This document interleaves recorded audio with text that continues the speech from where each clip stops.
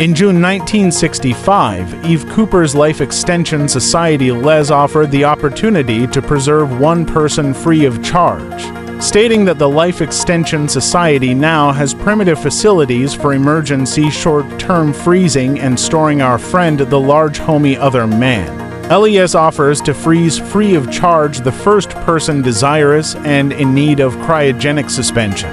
Bedford did not take this opportunity, however, but later used his funds. Bedford suffered from kidney cancer that had later metastasized into his lungs, a condition that was untreatable at the time. Bedford left $100,000 to Cryonics research in his will, but more than this amount was utilized by Bedford's wife and son in court, having to defend his will and his cryopreservation due to arguments created by other relatives. Bedford's body was frozen a few hours after his death due to natural causes related to his cancer. His body was preserved by Robert Prihoda, author of the 1969 book Suspended Animation, Dr. Dan Brunel, physician and biophysicist, and Robert Nelson, president of the Cryonics Society of California.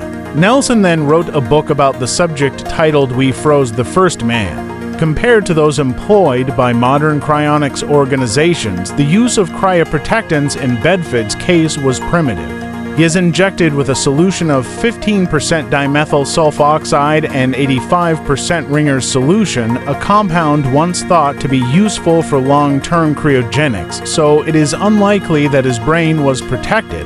Vitrification was not yet possible, further limiting the possibility of Bedford's eventual recovery.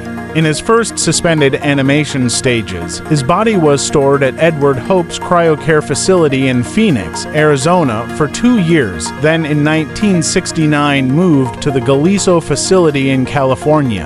Bedford's body was moved from Galiso in 1973 to TransTime near Berkeley, California until 1977 before being stored by his son for many years.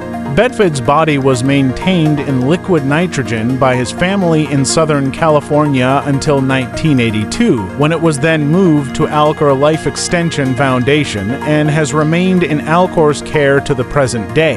In May 1991, his body's condition was evaluated when he was moved to a new storage dewar. The examiners concluded that it seems likely that his external temperature has remained at relatively low sub-zero temperatures throughout the storage interval.